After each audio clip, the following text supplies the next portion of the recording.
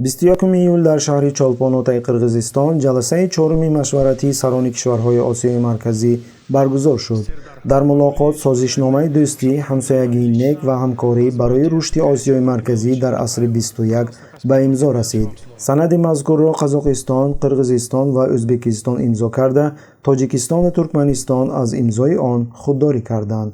Ба гузориши Сомонаи Раис ҷумҳури Қирғизистон, Тоҷикистон ва Туркманистон пас аз анҷоми расмиёти дохилӣ дар кишварҳои худ ба ин тафовуқ мепайванданд. Тибқи ин созишнома ҷонибҳо барои пешгирии таҳдидҳо ба истиқлолияти худ, соҳибихтиёрӣ ва ягонагии арзӣ ба якдигар дастгирии ҳамаҷониба ва кӯмаки мутақобила мерасонанд.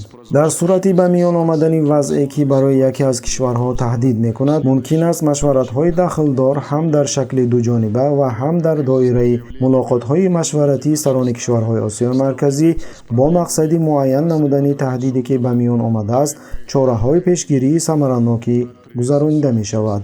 Дар созишнома ҳамчунин гуфта мешавад ки кишварҳои Осиёи Марказӣ аз истифодаи нерӯи низомӣ алайҳи ҳамдигар ва ворид шудан ба иттиҳоди низомӣ мамнӯъ аст. нишасти сарони кишварҳои Осиёи Марказӣ бо ташаббуси Шавкат Мирзиёев бо ҳадафи нигоҳ доштани муколамаи эътимодомез ва таҳияи равишҳои ҳамоҳангшуда оид ба масъалаҳои муҳими минтақавӣ баргузор мешавад. нахустин нишасти роҳбарони минтақа моҳи марти соли 2018 дар Нурсултони Қазоқистон, бори дуюм моҳи ноябри соли 2019 дар Тошканд, нишасти сеюм моҳи августи соли гузашта дар минтақаи миллии сайёҳии Авазаи Туркманистон баргузор шуда буд.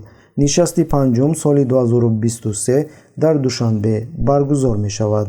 раиси гиромии ин ҳамоиш президенти нахустини Қазоқистон Нурсултон Назарбоев буд ва раёсати маъмулӣ ба соҳиби нишаст вогузор шудааст.